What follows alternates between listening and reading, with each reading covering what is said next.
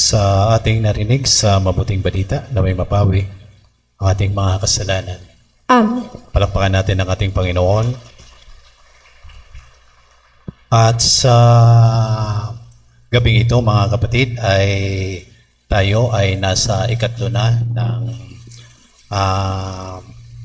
misa novenaryo sa pagpaparangal natin sa ating mahalin ng Birheng Maria, na siya ay isang modelo ng debosyon na kung paano sa kanyang pangunguna at pagpapakita ng halimbawa ng totoong kahulugan ng pananampalataya.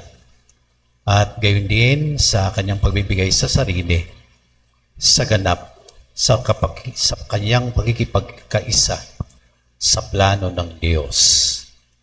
At napakahalaga, mga magulang ko't kapatid, na sa buhay natin ay may tanong, kayo ba ay nakatagpo na ng mga taong bumisita sa inyo na naghatid ng mabuting balita? Nakatagpo na ba kayo na yung bisita ninyo ay kinawilihan ninyo na parang ayaw nyo nang pauwiin at gusto na ninyo na manatili na lang siya sa inyo dahil ang dala niya ay hindi ang kanyang sarili, kung hindi ang dala niya tungkol sa mabuting balita ng Panginoon. Amen.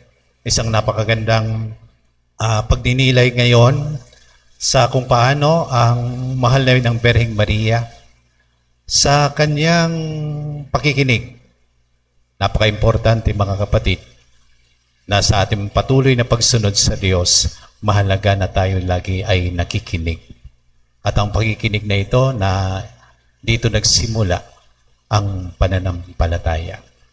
Kaya kung paano ang instruction, no, yung mga habilin ng Anghel Gabriel sa mahal na ina patungkol sa kanyang pinsan na si Elizabeth. Amen. Malinaw na ang kanyang pakikinig na ito ay pupuntahan para ihatid ang mabuting balita. Amen. At kung ikaw ay isang tao na ang dala mo ay maganda sa ikalalakas, syempre, ng pananalig ng tao sa Diyos, ay dapat ito ay mga katangian kung paano meron ang mahalin ng Birheng Maria na napakagandang ibinibigay sa atin sa ngayon. Pwede natin tularan at pwede natin itong gawin at isabuhay. Una, mga kapatid, ang pagkikipagkaisa ng mahalin ng Birheng Maria. Bakit meron siya ng totoong saya sa kanyang pagsunod sa Diyos? Siya ay, sabi nga, siya ay laging nakikinig. Kung ano yung mga nakikinig niya, bagamat maraming pwedeng marinig, pero pinipili niya kung ano yung pinaka-the best. Na ito yung kanyang pipiliin na pinakamaganda na dadalhin niya doon sa mga taong nangangailangan ng tulong buhat sa Diyos.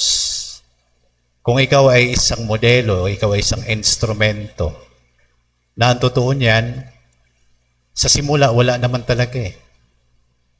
Pero dahil sa patuloy mong pakikinig, na-develop, yung mga salita na mabubuti sa iyo. At yung mga bagay na hindi naman mabuti, ay marahil hindi mo ito binibigyan ng pansin dahil hindi naman ito makakatulong. O lalo kung yung mga tao na naghahangad talaga sila ng kaunawaan at kung ikaw ay mapili, so ibig sabihin pinagkakatiwalaan ka at niloob ng Diyos na sa iyong patuloy na makikinig, darating ang araw, magagamit mo ito sa mga taong nangangailangan. Na ikaw ay ipapadala doon ng Diyos. Na ikaw ay magmimisyon doon para sakluluhan ang mga tao na ito na may mabibigat na ng mga suliranin. At ikaw ang magiging daan para sa kanilang pagbabago.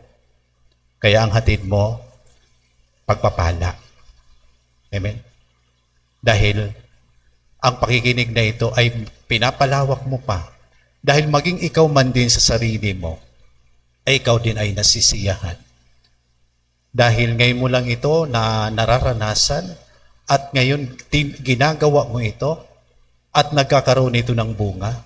Ang gagawin mo uli sa susunod na pagdalaw mo kung saan ka man muli dadalhin ng Panginoon, ay gagandahan mo pa uli ito.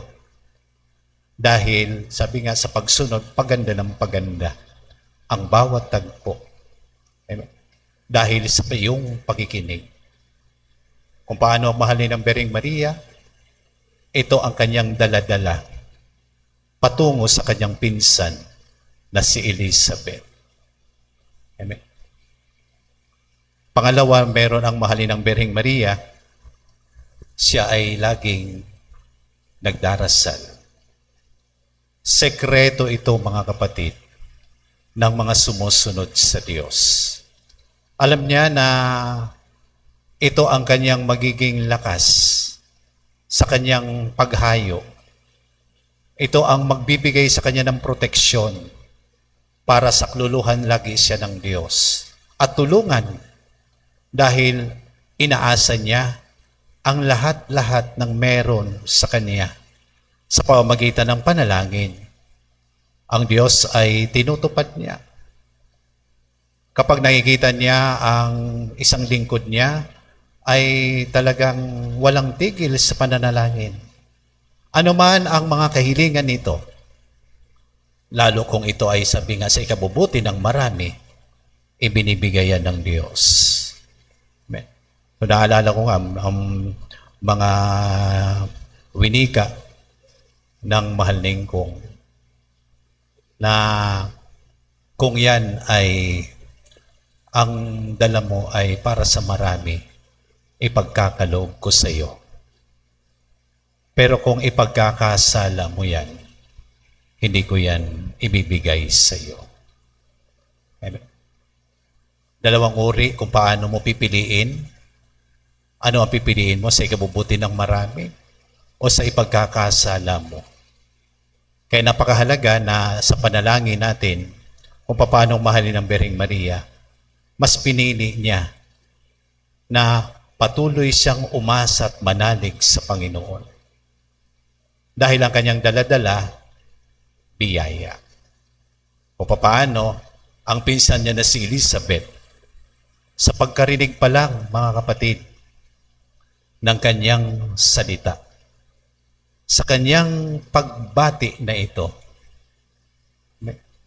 nagkaroon ng isang pagbabago. Yung dating nangungulila, yung dating inaapi, lagi natin tatandaan, darating ang araw, ikaw ay aaliwin at pasasayahin ng Diyos sa hindi mo sukat akalain. Dahil nanalig ka, dahil nagtiwala ka, dahil nananalangin ka. Ibibigay ng Diyos ang nakatakda na ayon sa kanyang kalooban. Kaya manatiling maghintay. Kasi ang lahat, nakaplano na ang lahat ng ito. Gagawin lang, tayo yung mga instrumento, tayo ang magsasakatuparan nito. Wala nang iba. At napakapalad naman ng mga tao na pinagkakatiwalaan ng mga banal na gawain na ito para sa ikakaganda ng lahat, ikakaunawa ng lahat. Kailangan ikaw, kung ikaw ay nagsasakripisyo sa ngayon, magpasalamat ka dahil pinili ka at ibinigay sa iyo yung tungkulin na yan upang maghatid ka ng mga pagpapala sa marami. Pero hindi mo dapat ipagmalaki. Hindi mo rin dapat ipagmayabang. Sa halip, dapat konektado ka palagi ang iyong pagiging mapagpakumbaba at ang iyong palaging pagpapasalamat sa Diyos. Dapat maging katulad ng mahal na ng Birheng Maria. Amen. Pangatlo na merong makikita sa mahal nila sa dakilang plano ng Diyos na ito sa kanyang pagkikipagkaisa sa plano, ang mahal ng Birheng Maria ay isang totoong ina na handang balikatin anumang hirap sa pagsunod. Hindi na alintana yung mga salita, yung mga pananakot, mga pagbabanta. Bagamat nakakadurog ng puso ang mga salita at mga pangyayari na ito, pero pinanghahawakan niya kung ano ang naging encounter nila ng Diyos. Yung hindi siya bumitaw, kung ano yung una niyang narinig, ito ang kanyang pinanghawakan mula hanggang doon sa Kalbaryo. Amen. Sa pagsunod sa Diyos. Amen. Kahit na doon sa Kalbaryo ay nakabayubay na ang kanyang anak, hindi siya bumitaw. Nanalig pa rin siya sa Diyos. Ipinakita niya ang tunay na kahulugan ng isang kumakalingang ina. Amen. Kahit gaano pa kabigat ang problema mo, meron kang ina na pwede mong lapitan, pwede mong puntahan, pwede mong daingan ng bigat ng iyong mga dinadala na ito. At makakasumpong ka, mga kapatid, ng kaginhawaan. Amen. Pang-apat, ang mahalin ng Birheng Maria ay palaging ibinibigay ang kanyang sarili sa paghahandog sa Diyos. Amen. Na ang kauuwian talaga, mga kapatid, mula sa kanyang pakikinig, gayon din sa atin, sa ating panalangin, at sa ating pagiging mga magulang, ang kauuwian, mga magulang at kapatid, sasambahin mo talaga ang Diyos. Hindi mo alintana kung ano man ang itong ibibigay mo. Yung ibibigay mo ba yung iyong sarili na buo? Yung oras mo, ibibigay mo din ba ito sa Panginoon? Okay. Kasi ang lahat naman ng meron tayo ay galing din naman sa Kanya lahat yan. Ipinahiram lang naman yan sa atin, pinagamit niya lang naman yan sa atin para mag-enjoy din naman tayo. Amen. Hindi naman gusto ng Diyos na pahirapan tayo, di ba? Ang gusto ng Diyos, maranasan ninyo ang totoong kahulugan ng buhay. Amen. Na hindi lamang puro hirap, kung hindi ito ay makakaranas din kayo ng mga totoong saya. Dahil ipapakita sa inyo ng Diyos kung ano ang tunay na kahulugan ng pagsamba sa Kanya. Amen. Kaya nga mahal ng Birheng Maria, matapos ang mga encounter niya encounter nilang dalawa ng kanyang pinsan na si Elizabeth, ang namutawi sa kanyang bibig, isang malakas na tinig na pagsamba sa Diyos. Amen. Hindi siya napagod. Bagamat alam niya, pasimula pa lang ito. Na kung sa atin ding kalagayan, hindi natin masasabi na matagal na tayo. Kung hindi dapat lagi nating nababanggit, ako ay sumusunod at nagsisimula pa lang ako. At kung ano man ang aking tatahakin sa kapangyarihan ng Diyos, sa aking pakikinig, pagdarasal ko, hindi ako magsasawa na patuloy ko ibigay ang aking kakayanan. Hindi ko ipagdadamot ito. Amen. Ano man ang meron ako sa ngayon, ibibigay ko yan sa Diyos. Amen. Dahil kapag ibinibigay pa nga natin ito sa Diyos, mas lalo niya tuloy itong dinadagdagan. Hindi niya kailanman tayo binabawasan kung ano man ang meron na tayo sa ngayon. Kasi alam ng Diyos, kailangan natin ang mga bagay na ito na ibinibigay niya para mas lalong madagdagan tayo. Amen.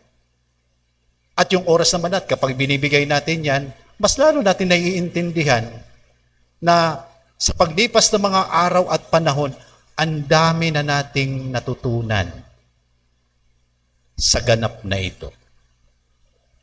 Kaya marami mga tao ang natutuwa kapag sila ay napahayagan mo, nasasabi nila, saan mo nakuha yan? Paano mo natutunan yan? Yang ganyang mga salita na sa aking pakikinig ay parang ayaw ko nang humiwalay sa iyo. Gusto na kita makasama. Pwede ba dito ka na lang? At syempre, kung ikaw naman ay isang nakikinig at lingkod ka ng Diyos, abay, alam mo kung anong gagawin kapag ikaw ay ayaw bitawan ng isang may bahay at pinananatili ka pa doon. Ibig sabihin, marunong ka. Hindi ka lamang marunong sa salita, kung hindi marunong ka pa sa iba't ibang mga gawain. Marunong ka maghugas. Kung ikaw ay matira, kung ikaw ay sinasabi ni Elizabeth na dito ka na muna kasi wala akong magiging kasama. So sino ang magiging katuwang? Di ba ikaw o ang mahal na ng Birheng Maria sa mabuting balita? At kung tayo naman ay napili na tayo ay panatilihin sa lugar na yon, dapat mahusay tayong makisama. Mahusay din dapat tayo sa mga gawain ng tahanan. Marunong ka magsaing, marunong ka maghugas ng plato, marunong ka magluto ng ulam, etc. Napakarami na pwedeng gawin. Kaya sasabihin sa iyo ng mga ng taong tumanggap sa iyo na ikaw ay nagdadala ng mga biyaya, sasabihin sa iyo, sana wag ka na lang umalis. Sana dito ka na lang. Kasi ganon yung mga nakikinig. Yung mga nagdadala ng mga biyaya, magaling silang makisama. Amen? Pero kung ikaw ay hindi ka palakinig, ikaw ay pasaway. Kaya pagpunta mo doon sa pupuntahan mo na mga tatanggap sa iyo, sa umpisa tatanggapin ka. Sa umpisa tatanggapin ka. Pero sa paglipas ng mga araw, makikita yung galaw mo. Naku, hindi mabuti ito. Siguro mainam, magdarasal ako na sana, Lord, Panginoon, sana paalisin mo na ang taong ito sa bahay ko. Hindi ito nagbibigay ng magandang kalagayan sa buhay. Nagpapasakit at nagpapahirap lang. Amen? Kasi nga hindi siya nakikinig. Kaya napakainam ang aral na ito, mga kapatid. Ipinapakita sa atin kung papaano nga tayo, mga totoong mga sumusunod sa Diyos, dapat magaling makisama. Amen?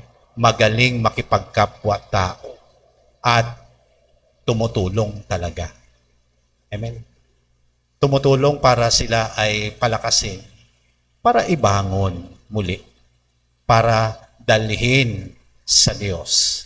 Katulad ng ginawa ng mahal ng Birheng Maria, na yung regalo ng Diyos sa Kanya, na sa Kanyang pagiging ina, amen, sa Kanyang pagiging isang ina, ipinakita niya ang kahulugan ng pagsunod na ito. Napakasimple lang, mga kapatid, ng ipinapakita sa mabuting balita. At hindi ito malayo, kung hindi napakalapit lang sa bawat isa sa atin. Kaya pag ikaw ay tinawag at hinihingi ang kakayanan mo, huwag mong ipagkait. Kasi isa lang ibig sabihin yan, mga kapatid, dinadagdagan ka ng Diyos dahil kailangan mo yan. Pagdating na takdang araw, sasabihin mo, salamat at sumunod ako. Amen? Salamat, nagdasal ako. Amen? Salamat at ibinigay ko yung sarili ko sa mahal na ko. Amen?